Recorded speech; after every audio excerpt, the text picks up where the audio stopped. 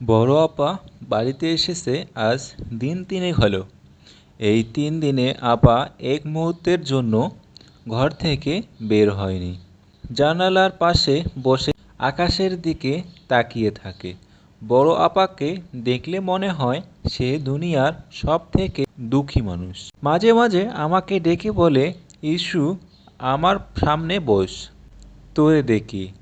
তারপর গভীরভাবে মনোযোগ দিয়ে আমায় দেখে, ডান গালে হাত দিয়ে বলে, ইস্যু তোর এখানে কালো দাগ হয়ে গিয়েছে, কেউ থাপ্পড় দিয়েছে নাকি? আমি চোখ বড় করে বলি, আপা ওটা আমার তিল। তুমি তিল আর দাগের মধ্যে পার্থক্য বোঝো না? বড় আপা মন খারাপ করে আবারও জানালার দিকে তাকিয়ে থাকে। মাঝে মাঝে টলমলে চোখে বলে, তুইও আমার বুঝলি না ইস্যু। শোন, বাবা বাদে সব পুরুষ মানুষ হলো সবচেয়ে খারাপ মানুষ। পুরুষ মানুষকে একদম ভালোবাসবি না। আমি আপার হাত ধরে বলি, আপু পৃথিবীর সব পুরুষেই কারো না কারো বাবা, তাহলে তারাও ভালো মানুষ? এই যেমন দুলাভাইকে তুমি খারাপ মানুষ বলছো, দুলাভাইও কিন্তু রুহির বাবা। আমি ঠিক বলছি না আপা? আপা নিজের হাতটা সরিয়ে নিয়ে বলে, যা তো তুই ইস্যু, রুহির সাথে তোরা কেউ আমার কষ্ট বুঝিস না। বিয়ের আগে যখন আফা আর আমি এই এক রুমে থাকতাম, তখন মাঝে মাঝে দেখতাম আপা অকারণে মুচকি মুচকি হাসতো, অকারণে শেষ রাতে চাপা কান্না কাটতো। একদিন আফাকে জিজ্ঞেস করছিলাম, আপা তোমাকে কি জিনে ধরেছে? মাকে বলবো হুজুর ডাকতে? আপা ভয়ানক চোখে আমার হাত ধরে সেদিন বলেছিল, শোন ইস্যু, মাকে কিছু বলবি না, আমি তোকে রোজ একটা করে চলকেট দেব। সেদিন চলকেটের লোভে মাকে আর কিছু বলি নাই।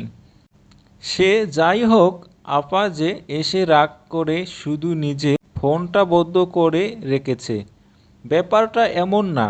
আমার ফোনটাও নিয়ে বন্ধ করে নিজের কাছে রেখে দিয়েছে।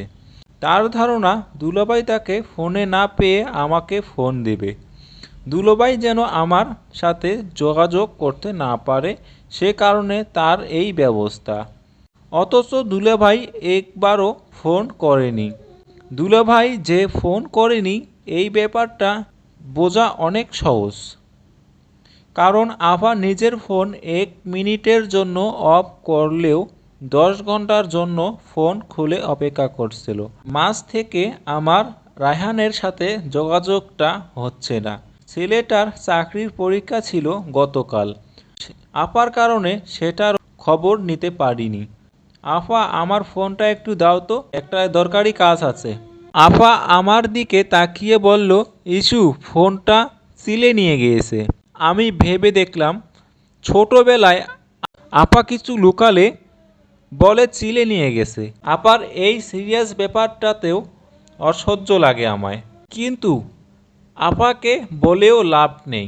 পৃথিবীতে জেদি মেয়েদের মধ্যে প্রতিযোগিতা করা হলে আমার ধারণা আপা প্রথম 10 জনের মধ্যে থাকবে।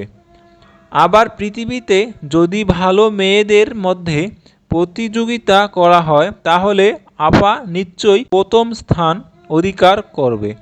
সে যাই হোক, এই মুহূর্তে দাঁড়িয়ে রায়হানের খোঁজ নেওয়া দরকার আমার।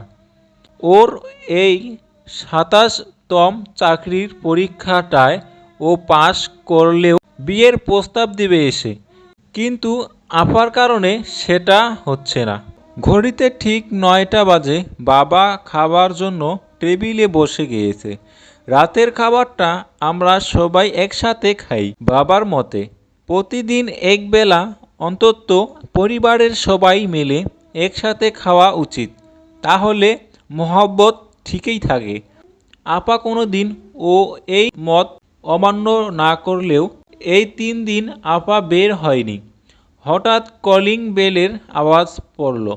আমি দরজা খোলার উদ্দেশ্যে পা বাড়ালাম।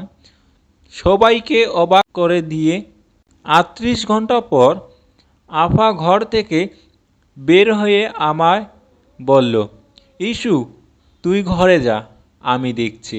আমি নড়লাম না।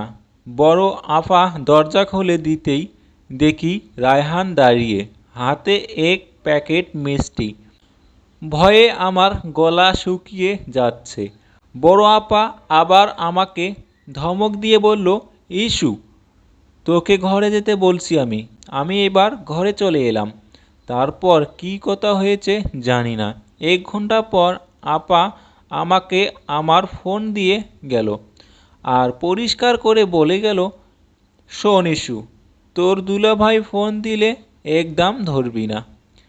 আমি কিছু বলার আগেই আপা ঘর থেকে বেরিয়ে গেল। জানালার দিকে দেখলাম রায়হান ও চলে যাচ্ছে। নীল পাঞ্জাবিটা ঘামে ভিজে গিয়েছে। ফ্যান চালাকালেও ঘামার কথা না। ফোন থেকে একে একটা কল দিলাম। অভদ্রতা মানুষের মতো ফোনটা কেটে পকেটে ঢুকিয়ে নিল।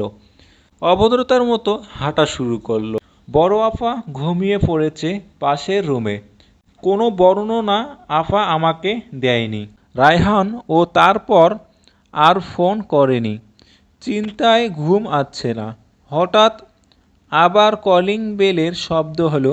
দরজা খুলে দেখি দুলাভাই আমার দিকে তাকিয়ে একটা হাসি দিয়ে বলল, এই নাও শালিকা, এখানে 10টা সেন্টার ফুড আছে, এগুলো তোমার জন্য।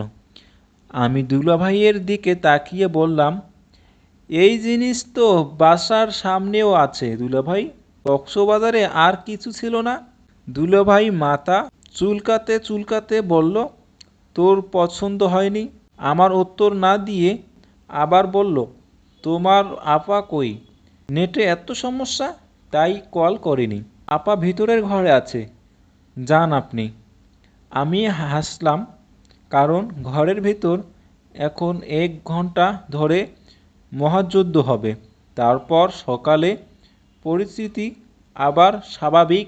তারপর আপাকে দেখে মনে হবে আপা একজন অন্তত সুখী মানুষ। এসব ভাবতে ভাবতে ছাদে চলে এলাম। রায়হানের এখনও কোনো কল নেই। হঠাৎ করে ফোনের মেসেজের শব্দ হলো। রায়হানের মেসেজ, বিয়েতে কি লাল পরবে নাকি নীল? সময় অল্প, তাড়াতাড়ি আমার ঘরে আসার জন্য রেডি হয়ে থাকে। মেসেজটা দেখে আমার মনে হচ্ছে শুধু আফা না, আজ থেকে আমিও পৃথিবীর একজন সুখী মানুষ।